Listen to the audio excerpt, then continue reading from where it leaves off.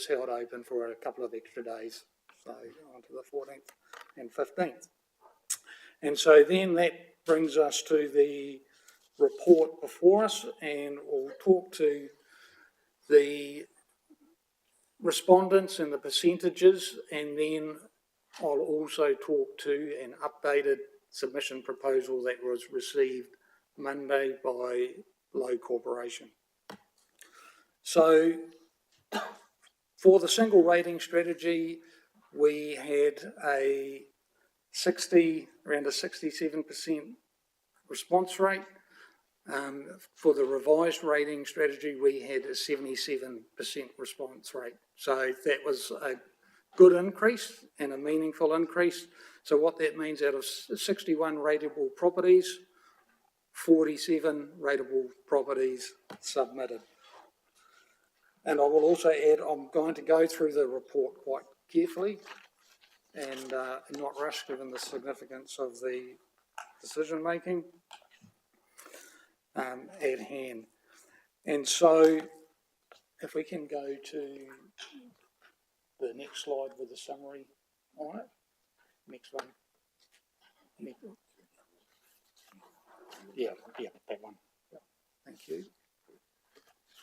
Okay, so just before I get there to this slide, so Lowe Corporation made the original submission on the 11th of September that was based on supporting the scheme, but it was conditional, had some conditions attached to it around land. And then an updated submission was received, which we have included on Monday, that sees support for the differential rating strategy as it's proposed. But that submission has changed the nature of the percentages that are presented in the report against paragraphs 1.8 and 4.6.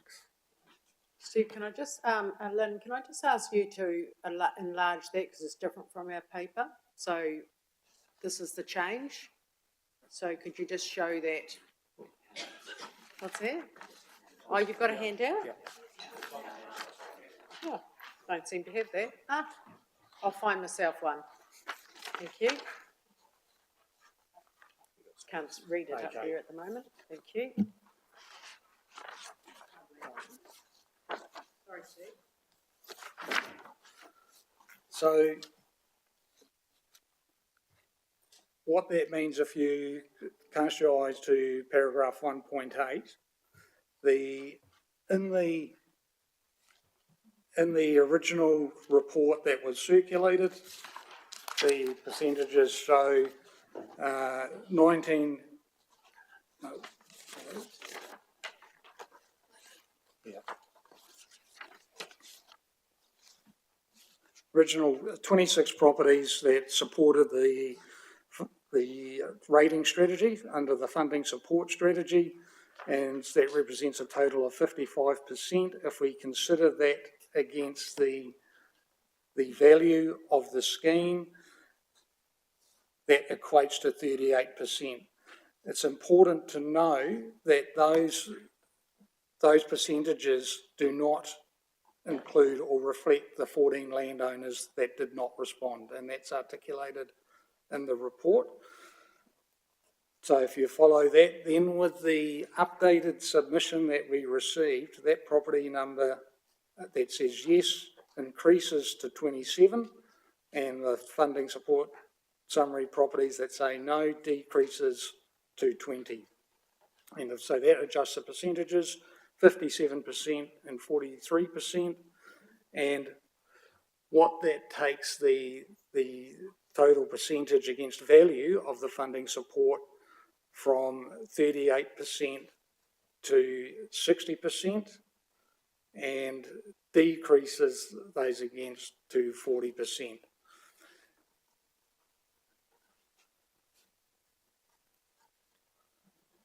Okay.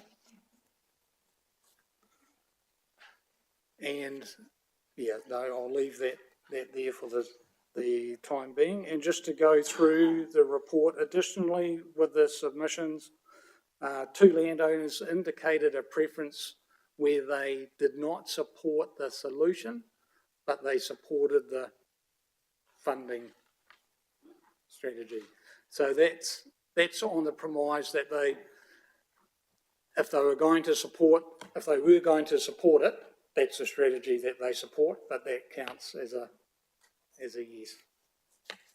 And that's how it is reflected in the results.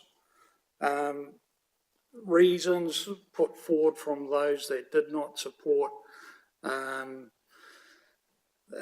some put forward that they did not support because their properties did not flood, or don't believe they flooded. They did not see benefit in the scheme. They were keen to see wider flooding related and river related issues that are in the domain of the regional council resolved ahead of this pump station proposal going ahead. Equally, there were a number of property owners that have been supportive of the solution and the pump station going ahead the whole way through. So it really has been quite a mixed range of feedback, but there has been a clear shift through the revised rating strategy that's apparent.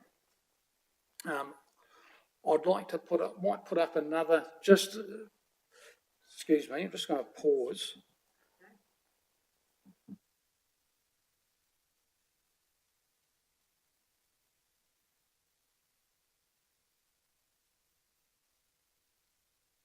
Just take a break for a couple of minutes, folks. We'll just see if we've got some more information.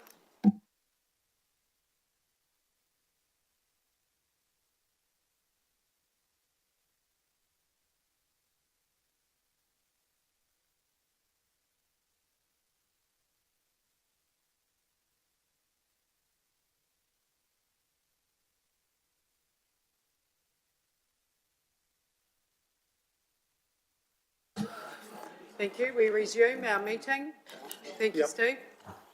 So, okay, apologies for that, but appreciating that with new information comes in and wanting to give you as much information as possible around percentages and numbers and figures. So what the table that's on the screen Order. Thank you. before you, that outlines a funding support summary where we consider the no response figures in there. So if you look at that table, the properties that have come in with a yes at 27, and noting that there's a total number of properties of 61, the no's 20 and the no response 14. The percentage of the total response that have said yes, 44, no 33, and 23% are a no response. Now, importantly, when we look at the value consideration and the total value of the scheme, the no responses account for 9% of the total value.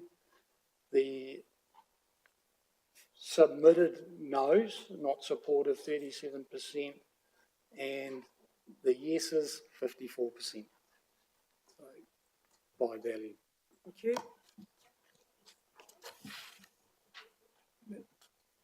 So hopefully that you can follow that. Any questions on that? It's the first time you've seen this, councillors. Any questions on that graph? No, thank you. Okay, just moving to the other relevant matters section. So to step through that component of the report.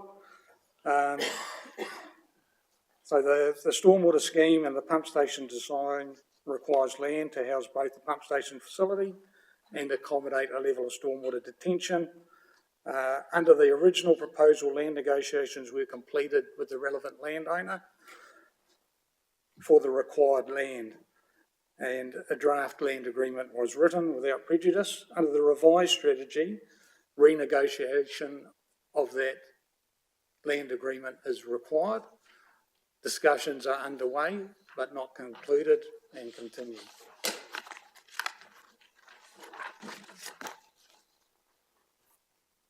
Scheme costs, just want to bring to your attention that the construction cost estimate was refreshed on the 2nd of September.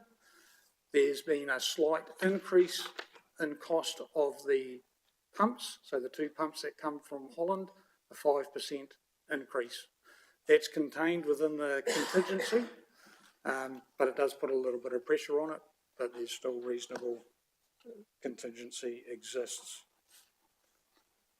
Potential boundary adjustment. So there's a property owner within the scheme catchment that is attempting and taking steps towards regrading through earthworks their property so it no longer sits within the catchment. They're progressing through a resource consent draft. It's a significant land holding of 7.9 hectares, and so should they proceed with that, then they will need to be removed from the scheme at a point in time, and the cost apportionment for that property redistributed to the balance of the scheme. Now, what that will mean, and Richard, we're only just doing this, getting this analysis together, but for those properties in Zone 1, or the lower rating zone, the no to minimal benefit, that will see close to a 10% increase in cost for those properties, and a 2% for those properties in the green zone or the higher benefit area. Councillor Kerr, I'll just take a question now on that. Yeah, thank you, Worship. It was actually back on the previous phrase around land agreements. Now, I'm sure our council will write the appropriate land agreements for access for operating and maintaining the scheme. My question is possibly to Mr. Fu. Within such a land agreement, would we need to consider amenity values of wetlands, etc.?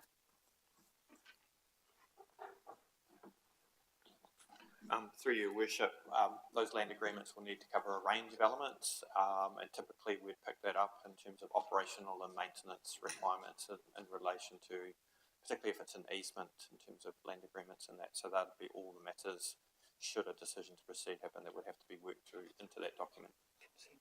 Thank you, Right, Worship. and consenting. Okay, thank you. Consent. Thank you. Thank you. Okay, continuing through the report, we arrive at the 3 options as presented, with option 1 being to confirm the setting of a targeted rate on landowners commencing from 1 July 2026 for a 10-year term on the general basis outlined within the revised rating strategy. The advantages and disadvantages are listed, and then option 2 to not confirm the setting of a targeted rate on landowners and cease further work on the scheme proposal. There's a substantial section on the consequences of not progressing with a scheme upgrade concerning current levels of service, future impacts, legal obligations, and also a status quo outlook. And happy to take questions of all of those once we, of course, get through the options. And then option 3, to defer a decision at this time and instruct officers to put the work completed to date before the incoming council for further refinement and potential consideration within a future engagement process. And again, for all of those options, there's advantages and disadvantages to be considered and thought through. But again, probably best to talk through those through a question and answer session. Thank you, Mr. Case. You've completed your presentation. Right, thank you, councillors. Now we'll go into questions on the report And any new information you received today? Any questions? Councillor Kerr? Oh, my apologies, Your Worship. Any questions on the report, councillors? Councillor Butto? Thank you, Your Worship. Just on the question of the no response, could you just very briefly cover your attempts to engage with everyone within the catchment? Yes, certainly. Thank you for your question, Councillor Butto. Attempts to engage, so there's the formal engagement processes. There were the pre-engagement processes of landowner meetings, which were all precursed with letters to property owners. For both the first rating proposal, the single rating strategy, and also then the second revised rating strategy, included with communications were statement of proposals for those. Letters to landowners, every landowner meeting was followed up with a meeting record of that meeting. At the times of formal engagement, preference forms and additional information was circulated. Ahead of close dates for submissions received, multiple attempts to contact landowners via phone to varying degrees of success, and as well, particularly with the first rating strategy, not so much with the second, but attempts to meet landowners on site and visit properties and door knock to a degree. Yep. Thank you, Mr. Cave. I just asked the ward councillors who have attended most of these meetings, if you would like to take a moment to follow up on that question, very important question about people being engaged and making sure that they received all the information. Thank you, Your Worship. I did attend the two public meetings, no more than that, because there were several before that, but the two most recent ones in here, and I think there was ample opportunity for the community to engage in the process. Thank you, Councillor Corbyn. Councillor Montefiore Hendry, you attended those meetings. Thank you. Yes, I've attended many and some online. Thank you for your consultation with the community and engagement with the community, and a lot of free and frank speech around this table. So I do think that you have done a good job in the in engagement with the community. Also, thank you for the works with HBRC and that stock bank, because I think that regardless of anything that happens today, that has been a success. So thank you for that.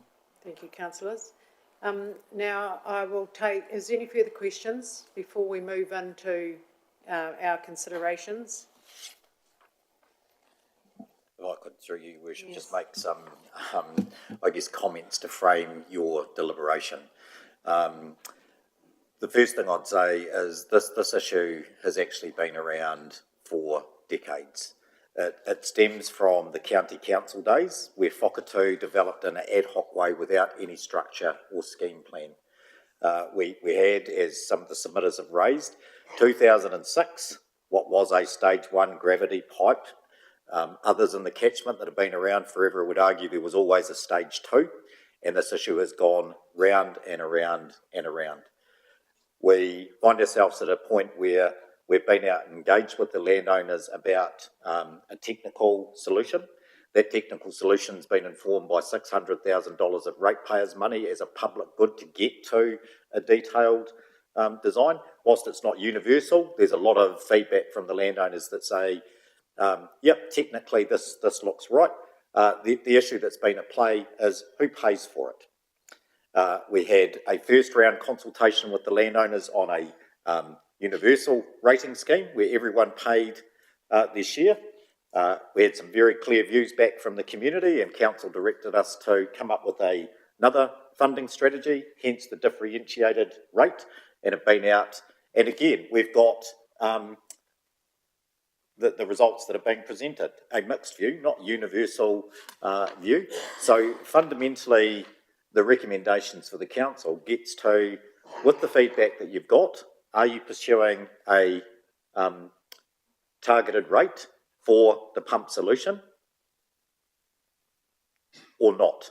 And if it's not, there are two options that are presented in the paper, which is this stops or you instruct officers to do more work. As the Chief Executive, I'm advising if you don't go down the path of a targeted rate, we need to draw a line under this because this will just keep going around and around, and I fear we will continue to do more work and the time value of money and continue to get mixed feedback from the catchment. The facts around the catchment has developed over time without a structure and a scheme plan.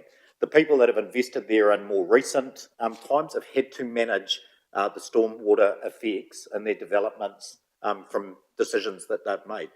The level of service that exists in Whakatū in terms of the infrastructure in place is 1 in 5.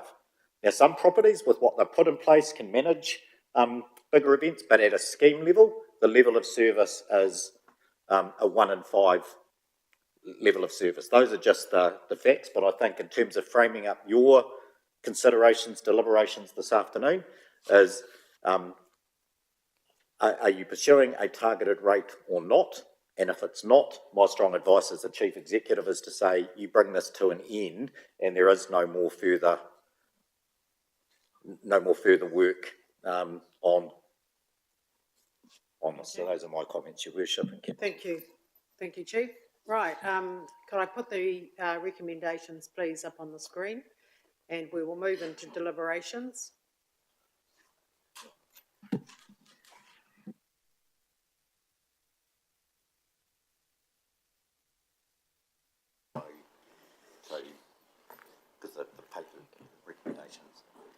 So the recommendations, just to be clear, that are on the table in the report is, and you've got some updated information around numbers on the submissions, but fundamentally the three recommendations that are on the table are you wishing to look to set a targeted rate and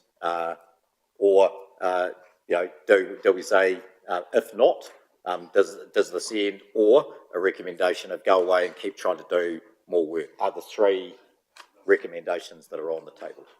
Thank you. So could I have some direction around the three options, please? Councillor Kerr. Thank you, Worship. I simply cannot support the do nothing and walk away. We've invested significant amount of ratepayers' funds, and as I understand, we have a technically sound outcome that will work. By the information we've been given today, we have the majority support. I do like the funding element differentiated, where 50% of the total cost is spread over everybody and the other 50% is split out 80-20. And apologies if that is incorrect. Clarifying that, that is correct. Mr. Kay? Yeah. Thank you. Correct. Thank you. So that leads me to, we need to push ahead. Therefore, I support the option that says proceed with the targeted rate as split out on the paper, and let's get this done because it's been hanging around for almost 20 years. It's time to actually find a solution. Thank you. Thank you, Councillor Kerr. Further direction on those three options. Councillor Nixon. Yeah, thank you, Worship. I'm not sure if everybody did the sum. It's fairly simple. The figures were 54% agreed, 37% didn't agree, 9% didn't answer. But even if you add the 9% to the no voters, it still only comes to 46%, which is a slight minority, and that would perhaps suggest that we should be heading in the direction of proceeding. Thank you, Councillor Nixon. Councillor Fowler. Yep, thank you, Your Worship. As the Chief said, it's been around, this problem's been 2006. To me, that everybody, there's been widespread support, am I not correct, for the technical solution, which indicates to me there is a problem because they agree with a solution, which then comes back to the issue of who's going to pay. And we've traversed the two methods. The targeted method has support and is a fairer system, I believe, and also too, Option 3, we do not want to go there and direct officers to go on a merry-go-round and start mucking around with this again. So I'm in support of option 1.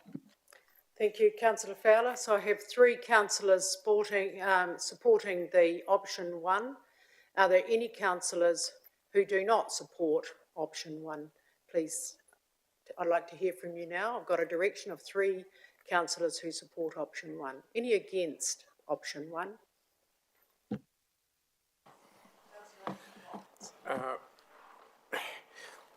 Worship, I still have some unanswered questions before I make my decision, and they probably questions that should be directed in PX. And I'd like those thrashed out before I come to my decision. Yes. Any other speakers? Before I put Mr. Thank you.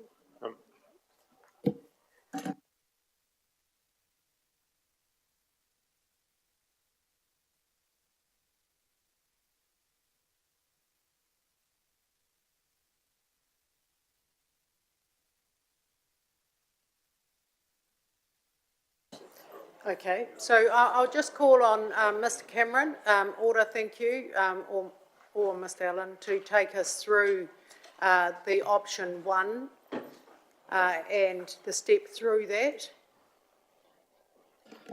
There's 3, Madam Chair. So as this report was prepared with no sort of detailed recommendations to assist council in forming a motion, we've been preparing recommendations around the 3 options that are in your paper. So the direction of travel that you've presented to the chair, that you wish to examine option 1, that brings quite a schedule of complex individual matters that need to be considered to structure the recommendations. So we've prepared those. I recommend to the chair that Mr. Allen takes the council through the suggested recommendation as it would normally appear in a report, and then council can decide whether they wish to structure a motion around that. Thank you, Mr. Allen. Through your worship, so if Lynn, you pop that up on the screen, just work our way through it. Option 1. So this is in reference to the indication from councillors that option 1 is your preferred option, and the option that you'd like us to step through as to what that series of resolutions would look like. So there are a few here, so we'll just step our way through it. So obviously you're going to receive the report. It's important that you formally receive the written submissions that you've got, and note that you've heard verbal submissions on the Whakatū West Stormwater Scheme proposal. It notes that, actually, I think we're right. So you receive those submissions. Notes the receipt of the correspondence from Low Corporation stating the support of the Whakatū West Scheme proposal. So that's new information that's been received, and the proposed 2-tier differential rate, and that the Low Corporation withdraw their request for the developed land to be recategorised Your as Zone 1. Certainly. Just, could we in C note that council notes receipt of new correspondence? Because the point of that phrase is the correspondence we have received is different from what's in the report. Thank you. And then, subject to the direction that's been given, that council confirms, subject to successfully negotiating land access with Low Corporation Limited, and Resource Management Act consenting, the setting of a targeted rate on landowners commencing 1 July 2026 for a 10-year term on the general basis outlined within the revised rating strategy, with or without some minor modifications. So you're looking at setting that rate. Obviously, there's a process that will be undertaken next year around the striking of that rate, but at the moment you're acknowledging that you want to set that targeted rate on those landowners. That then council delegates to the chief executive to negotiate agreements with Low Corporation Limited for required land of the Whakatū West Stormwater Scheme operation, noting the land requirements that are there, so 940 square metres to accommodate the pump station, and approximately 10,000 square metres for the stormwater detention area, noting that hasn't yet been surveyed. Appropriate level of due diligence activities are to be completed in accordance with statutory and regulatory requirements.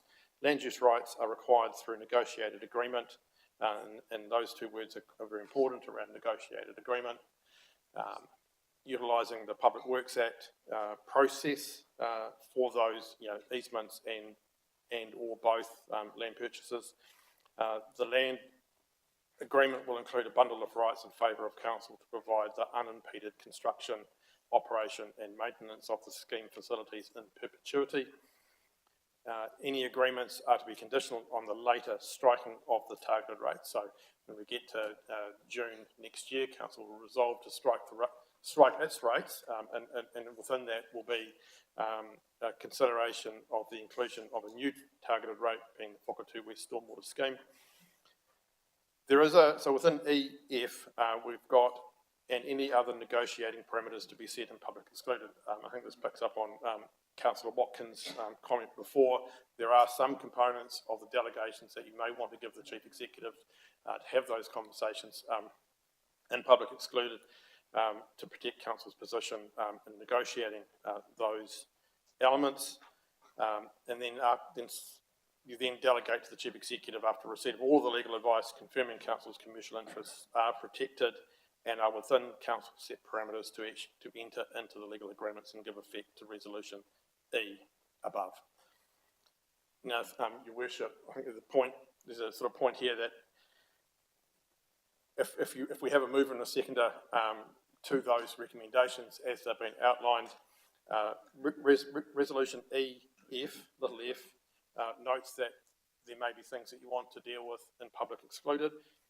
On that basis, if you had a mover and a seconder for the recommendations or the resolutions that are outlined in front of you, that we would then request that you would move and put recommendation G, which is to go into public excluded, to allow council to consider those more commercially sensitive matters.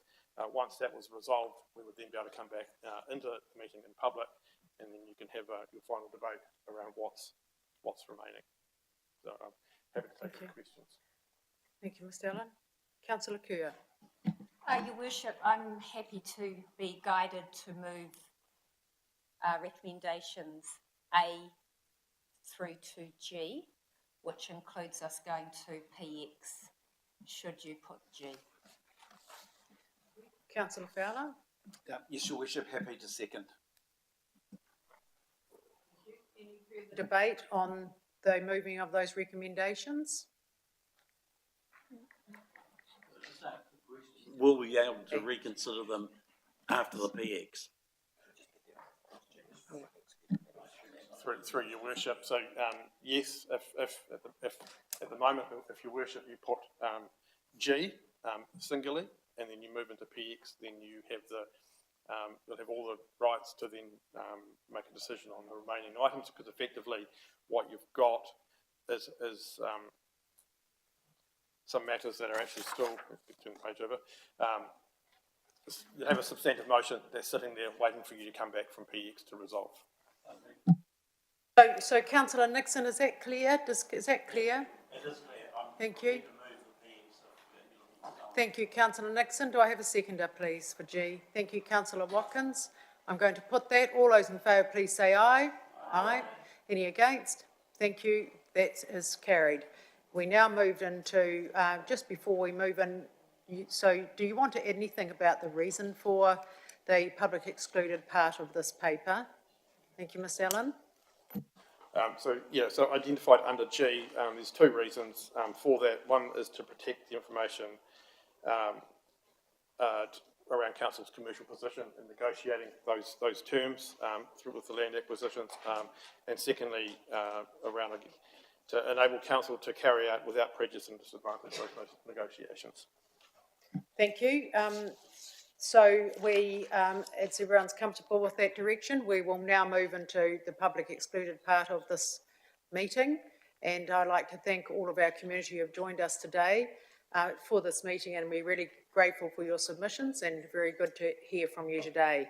So now we move into the public excluded part of this agenda. We might break for a cup of tea. How do you feel?